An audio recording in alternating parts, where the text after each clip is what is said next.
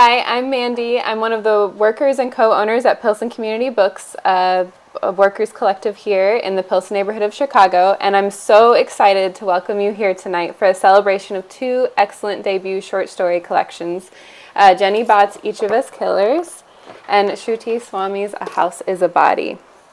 A few notes about how this evening will go. First, I'll introduce Jenny and Shruti, and then each of them will read a bit from their books, which I'm really excited for, and then they'll have a discussion about the trials and tribulations of publishing a debut novel during a pandemic, the short story form, and much more. And at the end, we'll have a time for a short Q&A, so if you have any questions, feel free to drop them in the chat, and I will shout them out at the end. And I also wanted to mention that this event is co-sponsored by Nectar Literary, so if you RSVP to this event, and I know a good number of people have, and you purchase a copy of one or both of the books from the bookstore, you'll automatically be entered to win a Pilsen Community Books tote and a $35 gift card. And so now, without further ado, I'd like to introduce tonight's readers. Jenny Bott is a writer, literary translator, and literary critic. Her writing has appeared or is forthcoming in various venues in the US, the UK, and India, including NPR, The Atlantic, BBC Culture, Literary Hub, Long Reads, The Millions, and others. Her fiction has been nominated for Pushcart Prizes and the 2017 Best American Short Stories. She was a finalist for the 2017 Best of the Net anthology. And having lived and worked her way around India, England, Germany, Scotland, and various parts of the US, she now lives in a suburb of Dallas. Each of Us Killers here, her debut short story collection, was the most anticipated book at Electric Literature, Literary Hub, The Millions, Kirkus, Entropy, The Beautiful, Ms. Magazine, and Bustle, and the Dallas Morning News called it a revelation. And then our second guest tonight, the winner of 2 O. Henry Awards, Shruti Swamy's work has appeared in the Paris Review, the Kenyon Review Online, Prairie Schooner, and elsewhere. In 2012, she was a Vassar College's 50th W.K. Rose Fellow and has been awarded residencies at the Malay Colony for the Arts, Blue Mountain Center, and Hedgebrook. She is a Kundiman Fiction Fellow, a 2017 to 2018 Steinbeck Fellow at San Jose State University, and a recipient of a 2018 grant from the Elizabeth George Foundation. Her story collection, A House is a Body, was published in August 2020 from Algonquin Books, and her novel, The Archer, is forthcoming. A House is a Body was the most anticipated book of 2020 from The Millions, Bustle, BuzzFeed, and Electric Literature, and Kirkus called it a dazzling and exquisitely crafted collection, and I have to say, I agree. Thank you both for joining me here tonight, and now I'll turn it over to Jenny, and I can't wait to hear you read a bit from your collection. Well, thank you, Mandy, for hosting us, and thank you, Shruti, for being here. I think it's just great to finally meet. We've kind of traded so many emails when I interviewed for Electric Literature last month. And so, yeah, it's great to actually finally see you. So I think I'll read from a story that's called Disappointment. And this it was a flash piece that I'd written in, I'm trying to think, 2017 probably. And yeah, I'll just read a couple pages. Okay. I am going to disappoint you. You probably know it when you spot me in the check-in line. Some part of you knew it even when we first met. My memory of that meeting 15 years ago stabs sharp as ever. Icy Chicago winds blew you and your friends into the cramped Hyde Park bar where I worked evenings. You pressed in closer over the counter, and the wet leather smell of your jacket reminded me of my landlady's butterscotch lamp. Your face under the snow-wet ginger hair flushed bright pink as you tried to catch my attention. I placed a beer pitcher before you and held out a hand. You smothered it with both of yours, saying, "How about some curry and naan with that, babe?" The laughter that rose around us was like the scraping back of 1,000 chairs. It bothered you that I did not join in. You did not know how many curry lines I got in a single night. As the light dimmed in your eyes, I pointed at the maroon phoenix on your t-shirt and smiled. UFC?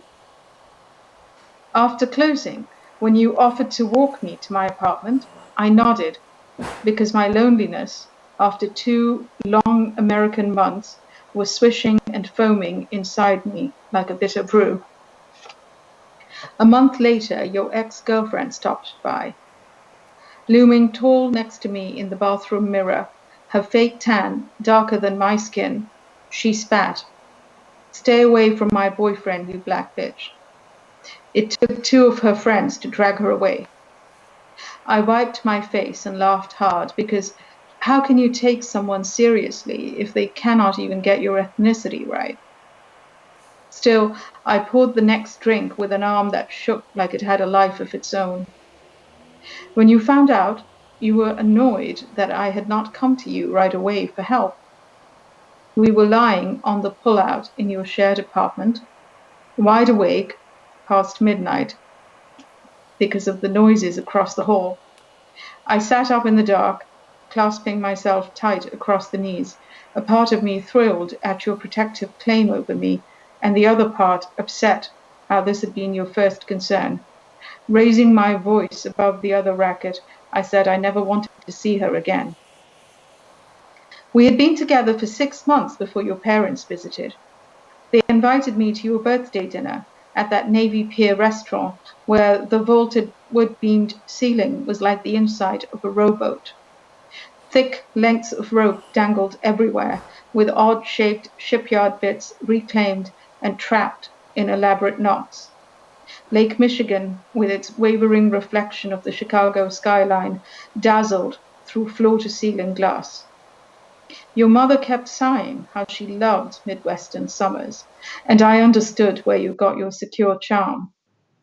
Slashing his nearly raw steak so the juices ran over the greens, your father interrupted her. "What's that British movie we watched some time ago? The soccer thing. Doesn't she look just like that Indian girl?" I bent my head low over my plate, searching for a cherry tomato to place into my arid mouth. Though there was mock frustration in your tone, a kind of delight danced around your lips as you said, "Dad, she's nothing like her. They don't all look the same, you know." Your mother winked at me as if at some clever joke. She poured everyone more red wine, and her diamond and gold bracelets clinked like she was dropping precious coins. That's it. Stop there. All right. Now we'll turn it over to Shruti. Oh, we can't hear you, Mandy. Is it me? Is it my turn? Oh, yes, sure. It's your turn. I'm going to turn it over. Thank you so much for that, Jenny. That beautiful reading. And thank you, Jenny and Mandy, both so much for having me. I think that one of the small blessings of doing these events is just being able to make connections. Like, it's so lovely to just make these connections with both of you. I'm really grateful to be sharing this space with you. So I'm just going to read a little bit from The Laughter Artist. And I don't think you really need to know anything. I live alone in my apartment now, and my husband is not my husband. We split amicably, and we still see each other sometimes and give each other hugs. I've started whispering something indecipherable into his neck during those hugs, because I'm trying to reverse the slow but total erosion of mystery that occurred in the 6 years of our marriage. The shape of a body, the body's intimate noises, lovemaking, laughter, the muffled farts from the bathroom, the body's weeping. And there were times that I had been with him when I was no different than I was as a child. And I suspected he was no different with me than he was as a child, stupidly happy and playing, wrestling on the bed like naked kids. A screen dropped from myself in those moments without me even realizing it. The terror came later when I noticed it had fallen. And when I was trying to gather myself up in raw handfuls, but I was like sand all over. I couldn't explain it to him or even to myself, this absurd panic. It took hold of me when I cooked dinner or tried to read a book, or sometimes immediately after we fucked. And he could tell if he was looking. He described it as going blank behind the eyes. Still cooking, still moving my eyes across the page, still lying beside him, loose and breathing, the body lived and lived. But panic expanded outward, irrepressibly outward. What was I afraid of? Nothing. Literally nothing. Nothingness. Vanishing. For my final project in laughter school, I created a divorcee laugh. It took me some time to articulate and then perfect. I started with the pure laugh of a baby and then made it dirty, roughed up the edges. I had to perform it in front of my class and my professor. As they watched it burst from my mouth, I felt myself becoming the person that the laugh suggested, broken but swaggering, the kind of woman who leaves lipstick marks on a cigarette. Afterward, my professor took me aside and asked me if I would teach it to her, which I was happy to do, sitting almost knee to knee with her in her little camphor-smelling office. She learned it after only a couple minutes and capped the laugh off with her own bitter flourish. Then it was hers, though she was happily married to an accountant. She herself was a beautiful, seamless laugher. Her face seemed to pull back a layer as it laughed so you could see its elegant structure, its bones. She taught laughter as though it were a foreign language, demonstrating a laugh and then breaking it down to its plainest syllables, which she would feed to us 2 or 3 at a time until we could laugh it in unison. And then we would break out into our own rhythm, and the laugh would shatter across the room. It sounded different in each of our voices. Lawrence's Malbec baritone, Jessa's creamy mezzo-soprano, Lily's surprising tenor. Timo thrust it all through the nose, but in Sandra, you could watch the laugh rise from her gut to her chest to her shoulders. It was deeply athletic, and she told me she had to wear a sports bra to class because it created as much breast joggling as running. I could pick my classmates out in a room of laughers now. And when I hear their voices on TV or in commercials, I remember quite viscerally the body that created the musical sounds. It is as intimate as touch, their laughter. We're not in touch now, but sometimes we will call each other and laugh into the receiver, laugh and listen as we learned how to do. The laughter school I went to is the best one in the country, though it is not a degree-granting program. All you get is a certificate. I have mine hung up in my room, and I am proud of it. I am proud of it, but I was terrified to explain to my Indian mother what I had spent my time and money doing. And I'll just stop there. Thanks. Oh, that was so lovely. Thank you, Shruti. Now, Jenny, I actually can't hear you. I think you're muted, Jenny. I'm sorry. I am. No, I'm good. Sorry, I was muted. Sorry.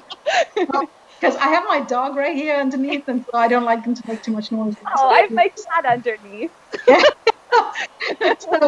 Well, but I'm glad you chose that story because I actually have 2 questions about that one, if I can. Just launch into that. So the first one is, well, I loved, that was one of my favorites from the collection because I loved all the different descriptions of laughter that you had kind of spent some time kind of exploring. That was fun. But of course, it's quite a sad story as well. But there was one thing at the beginning, and it wasn't in the part that you read, but it stayed with me when I first read it. And I think we briefly talked about it in the interview, but you describe how when she's looking out the window and she watches another woman walking by and, that observation about how women occupy their space. And I mean, that to me, that's kind of one of the connecting threads throughout the collection, really. And we didn't get to go too deep into that for the interview because of the word length. But, talk to me a little bit about that whole concept of, this space issue and how we occupy. And it's not just the physical space, it's our place in the world as well. And then I'd like to know more about how did you come up with the laughter artist? Because, just the seed of that story. Oh, yeah. Well, thank you. Thank you, Jenny. Those are wonderful questions. The second one is easier to answer first, so I will. I have a very immediate answer for you, which is that I had heard This American Life episode that was talking about this. It was like, so there's no such thing as a laughter artist in the way that I have described it, because she is like a commercial laugher. Like she'll laugh in literally in commercials or in sitcoms or whatever, but she's also like a laughter artist, and she has these she has these artistic laughs that signify all these different things. So obviously that doesn't exist, but there was for a time a commercial laugher, which came about because Fran Drescher and the nanny was getting stalked. And so they used to have these open, like anybody could come and just be the laugh track, it would just be a live audience. And so they started casting, they closed it so that her stalker couldn't come in. And so they had to start casting people to be the laughers. And they started to notice that some people just had incredibly infectious laughs, and that changed the performances, made the performances better because they were alive right there. So that actually, for a time when sitcoms were really big, there were some people in the world that were just like actually literally professional laughers. So that was something that I just kind of like stored in my brain as being like a delightful fact. And I also know it, and actually found out since I wrote the story that there are in many cultures, not just Indian culture or specific cultures in India, professional mourners, which do the opposite work, which is just performing this grieving so that other people can grieve. So that those two things kind of hooked together, melded together in my mind, and then just carried that little seed around for a while until I understood what the conflict was of the story. And yeah, your question about space is such a beautiful one. I think that a lot of these women, I'm writing mostly about women, and I think that they're often grappling with the roles that they've been put into. And this is like, for this character, she was married. It wasn't in my reading of my own story, which I feel like is just as good as anybody else's. Like, I think that somebody could have a different reading. Like, it was not a terrible marriage. It wasn't like a traumatic marriage. And I don't think she felt particularly oppressed by it. But the idea of what a wife is to her is really confusing. There's so much cultural baggage and so many expectations, just not even generated by her husband, but just by society, that feel really confusing to navigate. So a lot of my characters, I think, are grappling with those, the ways they move through space, like kind of burdened by what their bodies seem to signify. That's a theme that you had pointed out. We had talked about it a little bit in our interview, and I hadn't really noticed that. So that was like really a gift to have you alert me to that. So thank you for that question. Do you mind if I ask you a question about a specific story? So I wanted to ask you, there's one of my favorite stories in your wonderful collection is called Pros and Cons. And it was such a delightful story. So the story is about two yoga instructors who are both Indian. Two yoga instructors in, I think it's India that they are in, but it's an unnamed city or like a very, very beautiful resort. And they're having this very expensive yoga retreat. And it follows the relationship that they strike up and also just shows their interactions with the students. And what I loved about it, Jenny, was that I felt like you could have kind of gone in for an easy laugh, like you could have just made fun of this kind of culture of like consumerism and luxury, and then like contrasting that with this like very spiritual thing, but it's actually all about capitalism and consumerism. But you did something so elegant with that story and of course the whole collection focuses on people at work. So focusing on the labor of putting this yoga retreat together was really, you sort of see behind the curtain a little bit, and you do get that kind of critique of it, but you always take everybody seriously. You take all the students seriously. It's not an easy joke on them. The instructors feel critical of their wealth, but they also really are good teachers and take their growth seriously. They see them with empathy, and you also take yoga seriously, which I thought was a really delicate balance where it's not really like there's some moments of real movement and transformation that happen through these yoga classes. So that is like a very impossible. I can't think of a story I've read about an actual yoga class that's felt successful to me because of all the things maybe I've been saying.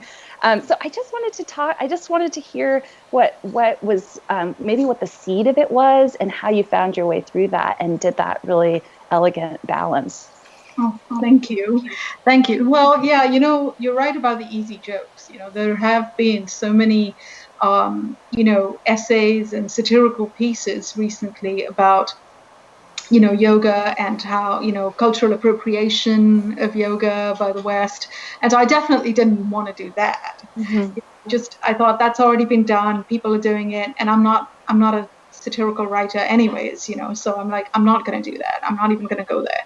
So I didn't want to do that. But to your point, because it is about the work, I wanted to make sure that I was talking or addressing that, it's not that easy actually being a I mean, if you're really good at it, it's not that easy being a yoga instructor. And especially as you're getting older and, I just felt, I mean, I've taken the teacher training myself, right? So I was in India and I went to a place called Dharamshala, which is in the northern part of India. And I took a whole month's worth of, 200 hours of teacher training. And my goodness, it's tough. Don't let anyone tell you it's easy, because they make you, you're starting at like 7 a.m. and you're going till 7 p.m. And yes, you do get your breaks, but it's hard work.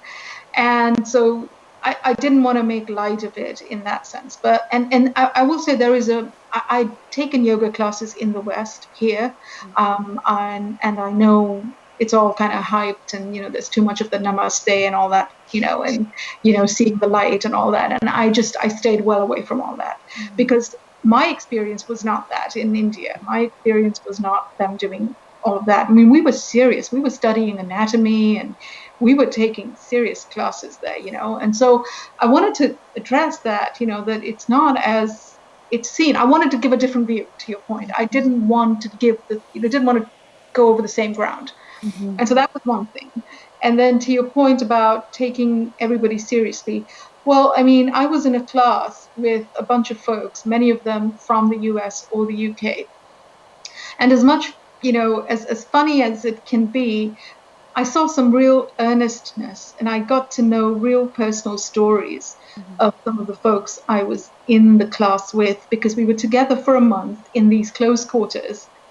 And, I mean, I'm sure you probably read or heard, when you're doing yoga in a very deep way, it's not just your physical body, but something is loosening and rewiring and changing in your brain as well. And so what happened in my month that I was doing this in 2015, people were suddenly just, you could literally see them changing before your eyes. And I don't mean physically, I mean emotionally.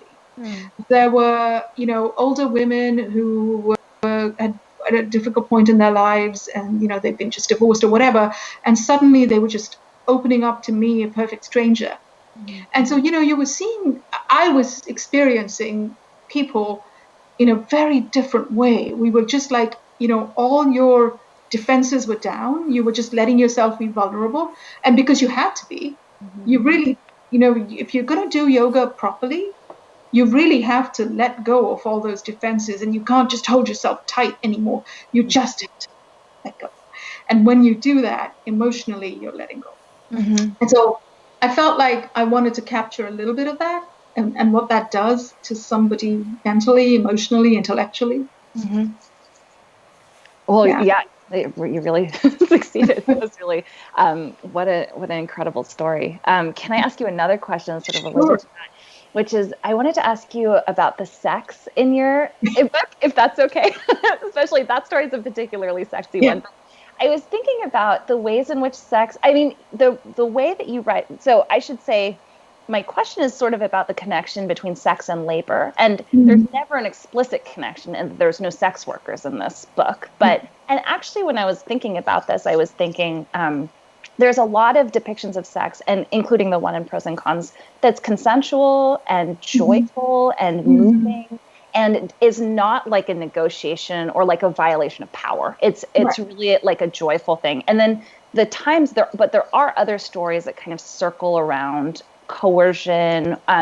They touch it very lightly. Like there's the story, the 12 short takes story, which also looks at sexual harassment in the workplace, and also the story Neeru's World, where there is an element of sexual coercion or violence in that, and power. So I was just thinking, because so many of your characters are physical laborers and sex is such a physical act, I was just wondering if you thought of those two things in connection when you were writing. Yeah, so to your point, work, I've always seen work as one of these things where you have a power imbalance, right? There's always, because there's a hierarchy, and so there's always a power imbalance. And there are different ways that people show or take advantage of that power imbalance. And so I knew that sex would have to come into it. It does. It's life, and but I wanted to make sure that I wasn't going to always do the predictable. Like with Nero's New World, you've got that undercurrent of that potential something happening. But I didn't want to go the predictable route and, get the servant girl raped or whatever, because that would be so, I don't know, typical Bollywood movie type of thing, And so I didn't want that. But I do think that, quite frankly, a lot of work interactions, there will be that undercurrent, and it doesn't always get consummated or materialize into something, right? It can always just be there. So I wanted to convey some of that. With 12 Short Tales, I actually wrote that right around the time when the whole Me Too thing was happening. And what I noticed with when the Harvey Weinstein thing, and, it was all playing out on Twitter. And I was actually in India at the time, so I would actually be catching up with all these Twitter threads after they'd been written. But what fascinated me was how some folks were telling entire stories in tweets of their own sexual harassment story. And to me, it was like this really powerful 280 character story. And there was so much packed into it. And I thought, oh my gosh, I've got to try this microfiction. I've got to try that form. And I literally wrote each one of those 12 microfictions, initially, at least the first draft, on Twitter.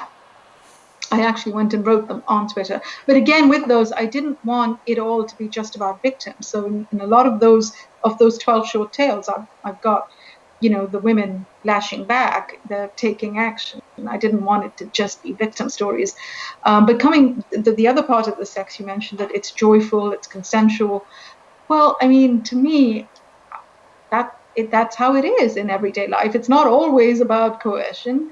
And, we've read a lot of stories written by white men where they're using sex as power, and they're, sex to them is some kind of, and I wanted in the stories that I've written, like with Lifespring, where the baker in Mumbai, she's finding her agency, she's, finding her power, and part of that is feeling more complete as a woman as well, as a physical woman. It's not just all in the head. She needs to feel her physicality back after an abusive marriage. And so, yeah, there was a lot of that. Yeah. Yeah. Great question, though. Yeah, I mean, that's the first someone's asked me that question. People have asked me about the food, and people have asked me about, other stuff, but not about sex. So it's a good question. Yeah. But talking about that, I think in your stories have a lot of that too, right? So there's a lot of physicality, and I mean, I think I was reading. Where was I reading this? I think I read another interview, whether it was Guernica, I don't remember, but it was talking about writing sex well, and it's hard. It's not easy, and so I know you also try to stay away from, the stereotypical or the cliched stuff, and it's really hard to make sure that you do it well, and that with the economy of a short story as well. It has to feel essential to the plot. It has to. I mean, you try to make it do double, triple duty, like that story. And I forget the title. I'm bad with titles. But the story where you had the couple go to India, to go to Bombay for a wedding.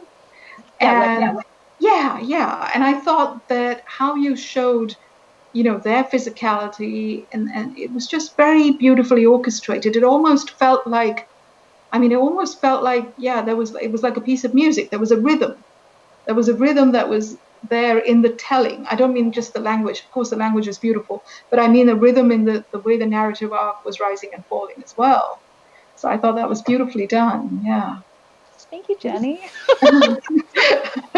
See, I don't even have the book open, but I remember it because I when I interview or review a book, I read the book at least 2 or 3 times. So I have to feel like I know it, Yeah, it's really lovely. Thank you. That was good.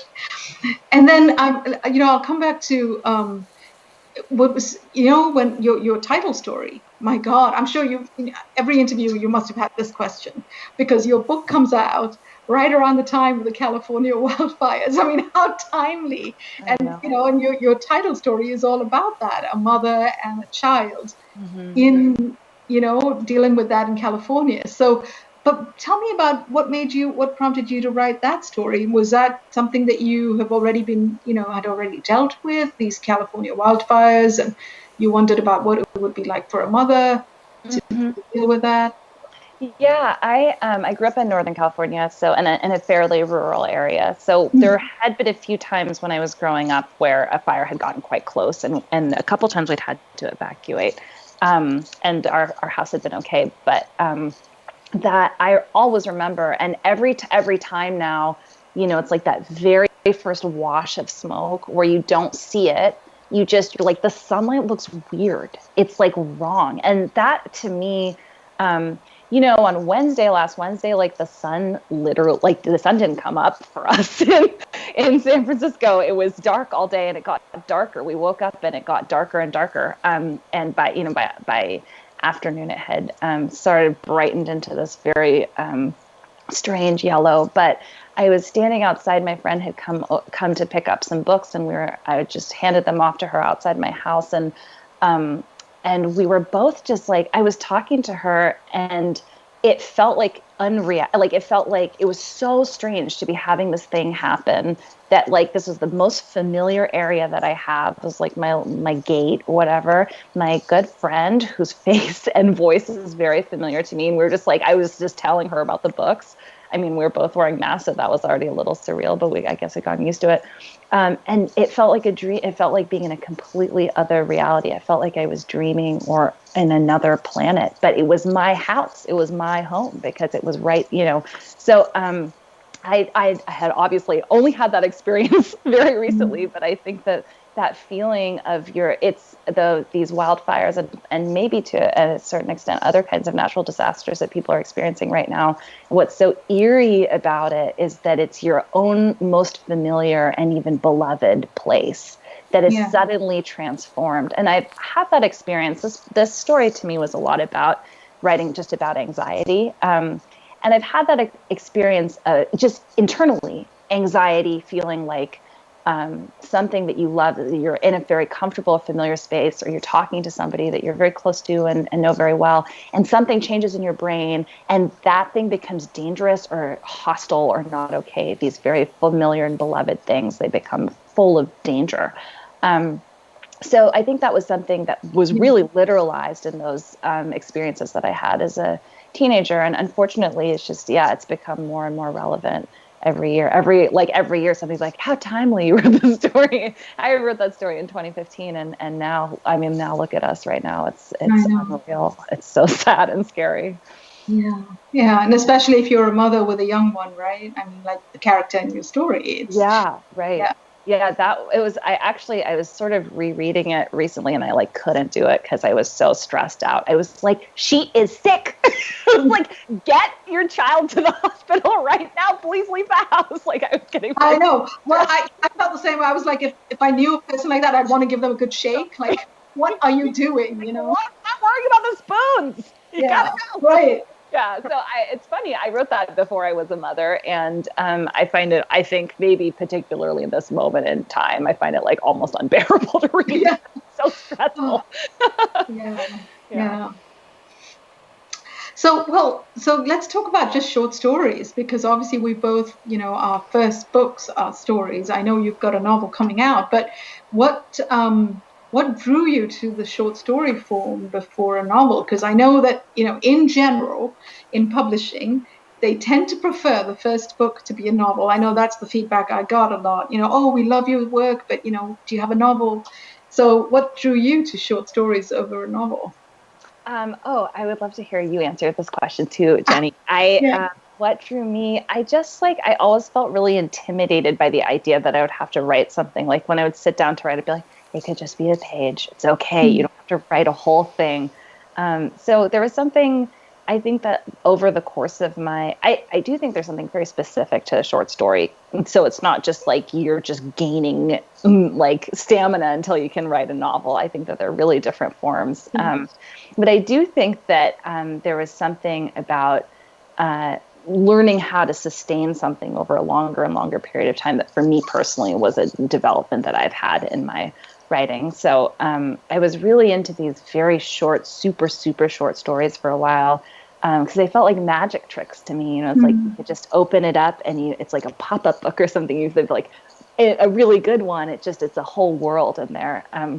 although I could never do those super ones very effectively, I don't think. But I just think that there was maybe that it was just like that all of those moments become so concentrated that that the flavor is so rich in the story. That was really really appealing to me. Yeah, how about you, Jenny? Yeah, I think, well, two things. One is similar to you. I've always loved the short story form because one, the economy and the flavor is richer because, there's no superfluity. You can't have too much. You can't go on about the sunset for 3 pages, right? I mean, it's not.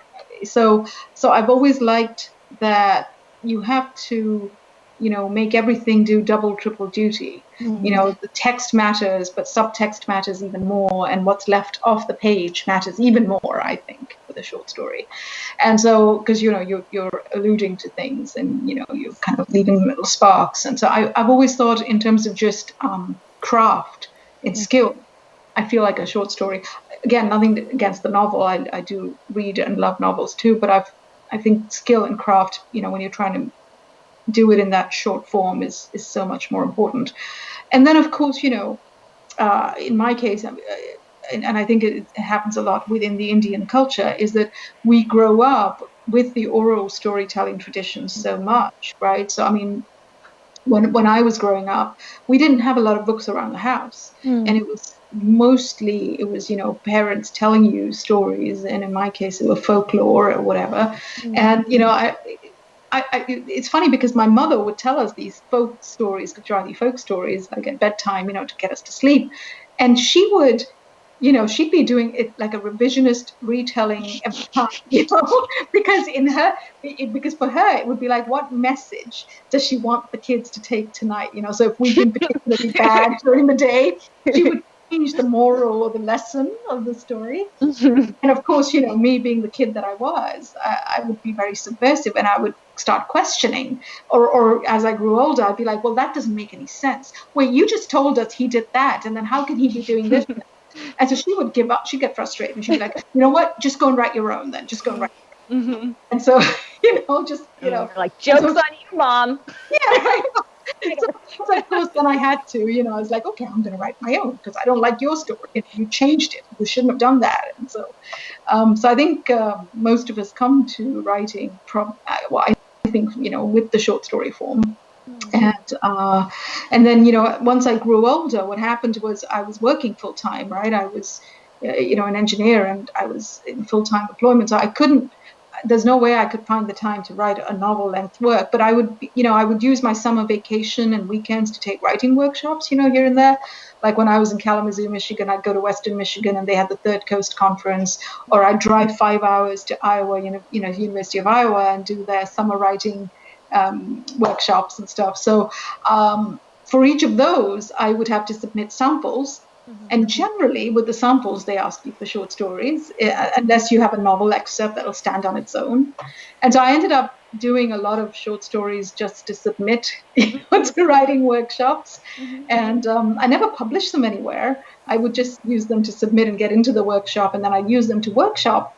But I didn't really have the confidence that I didn't think that it would be good enough to, publish anywhere. And I think I'm also talking about the days before when you didn't have as much, in terms of internet searches and Facebook groups and newsletters with, pitching opportunities and all of that.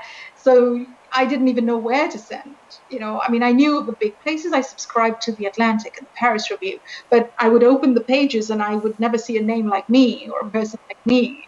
And so I would be like, oh, the stories I'm writing are just for my own little play or whatever, And so I never really submitted, but I love the short story form. And I started writing a column a monthly column at Pop Matters a few years ago, where I would take 5 short stories that are free to read online, but I would kind of group them, based on a theme, like souvenirs or women in the workplace or, whatever, travel or animals. And then I would group these stories from literary magazines everywhere, and I would kind of just analyze them a little bit. And I thought, and for me, that was my DIY MFA. It's my way of studying the form. And That's yeah, beautiful, Jenny. Yeah, I think that you can really follow your own interests. I think there's so much there can be in so many MFA programs, like sort of an aesthetic agenda that is propagated. So it's so beautiful that you were able to just develop your own aesthetic that way by following interested you. I also was struck when you were talking about your mother telling you stories that was another really moving story in this collection, as a mother telling a story to her daughter, and the daughter is speaking back to the mother. yeah. What about this part, or why did they do that, or whatever. So I wondered if that was what you had that in your mind as you were writing that. Totally. Oh yeah, that was me and my mom, totally. Yeah. In a much milder version of what me and my mom would, do. Yeah. But yeah, so much of that, and that particular the folk tale that's embedded in that story within a story is one that because I'm one of four sisters, and that is about four stuttering sisters. Mm-hmm. And I remember, there were things that when my mom used to tell it, the four sisters, they didn't really have any, they were, as it is with fairy tales and folk tales, you tend to have flat stereotypes, right? Because they're supposed to be universal, and, they're supposed to be flat stereotypes. But of course, as a woman and as one of four sisters, I would take it personally. I'd be like, what are you trying to tell me? What are you trying to say? What do you mean? And I'd say, well, don't those women have some skills of their own? And why do they have to wait to get married to this man? And why is their life all finished just because this man, didn't want to marry them or something? Mm-hmm. And so my mom, she'd say, well, right. So I made sure that these women, they all had certain skills that had nothing to do with being marriageable. Mm-hmm. They were their own. And so, anyways, I had a little fun with that story. That was really, I was also thinking, and you had mentioned kind of this oral tradition, and also you just mentioned the stories that you were studying and writing about. But I was wondering, that story is a very, the folk tale element. I know that you're a translator also, and I was wondering if you felt any influences, like if you could name any influences on your work, like Gujarati influence. I mean, that's a very Gujarati story with the stepwells, but also like, or just like non-English or non-Western, or if you felt those influences on your work. Oh yeah, very much so. Because I also wrote the stories in this collection. Most of them I wrote while I'd gone back to India, because I was living in California till 2014, and then obviously I'd given up my job, and you can't afford California rent for too long without a job. My savings would have run out in a year, and so I decided to take my savings and go back to India. And I thought I'll just go for a couple of years, and I'll just write my book, and then I'll be back. But it turned out to be 5.5 years, but that's okay. But to your point, because I was physically in India and I was immersed, my preoccupations became very different than would have been had I been in the Valley, right? I mean, if I'd stayed there, I think most of these stories would have been about corporate America, and they would have been about startups and all kinds of stuff, right? But I was in India. It was mid-2014. The Modi government had just come into power. They've been promising everybody these jobs and good days, and reality on the ground was nowhere near what the campaign promises had been, as everywhere. And so, and I was in Gujarat, which is his home state, the Prime Minister's home state. He'd been the chief minister there for 12 years, and so you had very fervent fundamentalist Modi supporters, including, I will say, my dad.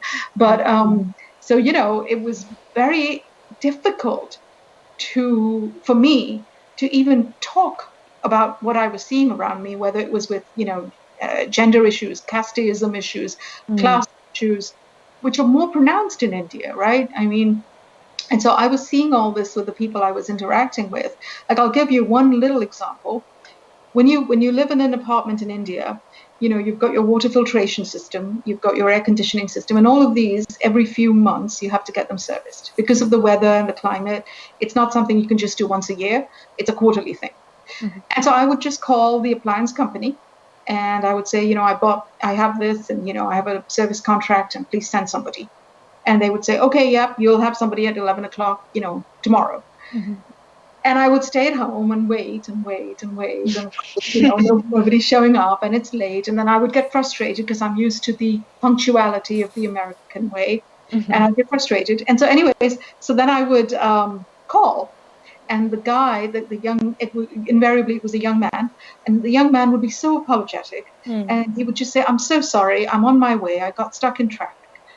And once it had happened a few times, and I started talking to them a little bit to understand what was going on. And invariably, there were young Muslim men who, it turned out, since the 2002 Hindu-Muslim riot thing that had happened, they'd been ghettoized. So where before Hindus and Muslims had lived together in the city, now all the Muslims were ghettoized all to the far margins of the city. So for him, on his little scooter thing, to come through all that traffic so that he could just do his day's job, an honest day's job, was quite an ordeal. And I hadn't even, so when you have a government that comes into power and says, oh, we're going to give everybody jobs magically, and you haven't solved the infrastructure issues, and you haven't dealt with this discrimination issue where a young man like him couldn't even afford to get a flat. And that story is very well told. There's a Gujarati writer, Ila Arab Mehta, and she wrote a novel about a young woman in the city of Ahmedabad who wanted a place of her own in the city as opposed to in the ghetto. And Rita Kothari, who is a Gujarati translator, translated that. So yeah, a lot of those influences certainly came into my stories here. Yeah.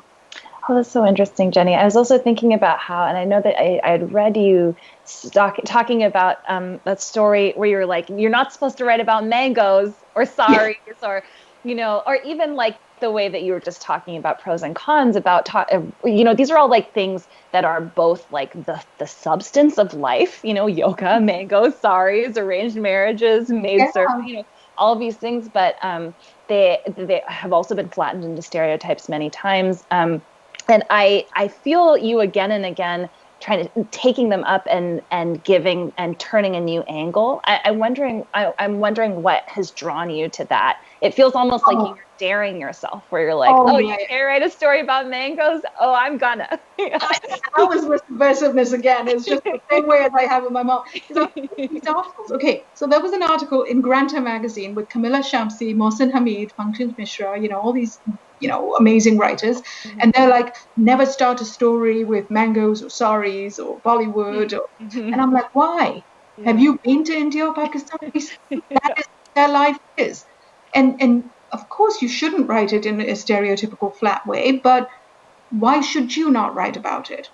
And so I was like, damn it, no, I'm going to put all of that into a story. And I did it very on the nose because I put it all in one story.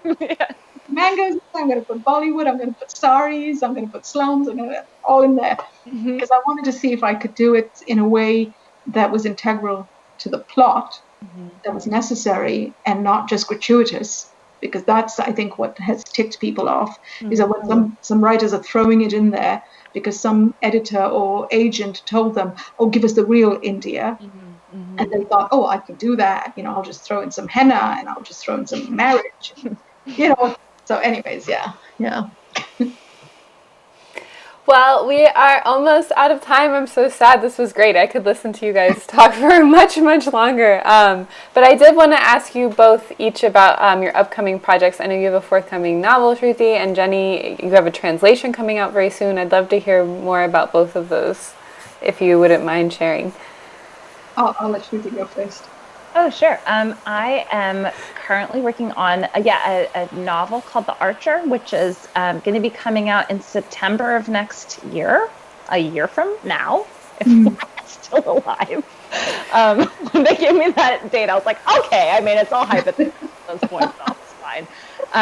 And it's about a young woman coming of age in Bombay in the 60s and 70s, grappling with a kind of fractured family, the legacy of an unknowable, brilliant mother, and also coming of age as an artist. She's a Kathak dancer. It's an Indian classical dance. She's a Kathak dancer and trying to find her footing as a young woman, an independent young woman in a society that's maybe a little bit hostile to that idea, and coming of age as an artist and grappling with motherhood. Yeah, how about you, Jen? Yeah, so one of the reasons my time in India became 5.5 years instead of 2 is because I was working on a translation. The Gujarati short story pioneer Dhumketu wrote something like 600 short stories. Wow. And he was one of the first who brought that tradition into, the Gujarati language. And so I read through all of his stories. I really did read all 600 and selected 26 and translated them. And it was supposed to be December this year, but now they've told me it'll be late October. And so it'll be like, I'm going to jump straight from all the promo for this book and go on to that one. But I'm excited about it because it's longer. My own translation, it's my first translation. And I've done the odd story here and there. I haven't done a book. When you're doing a book length, there's so much more you have to do. Lining the themes and the story flow and a lot of things that I learned along the way. Yeah, well. Wow, I'm excited for both. And who is publishing your book next year, Shruti? Also Algonquin. Okay, and then you have HarperCollins India, right, Jenny? Correct. And what's the name of the translation? Yes, the it's called Ratno Doli. So Doli is the drums. And so one of the stories is about Ratno is the name of the character, Ratno Doli. So, yeah. Amazing, exciting years for you both upcoming, even with all of this.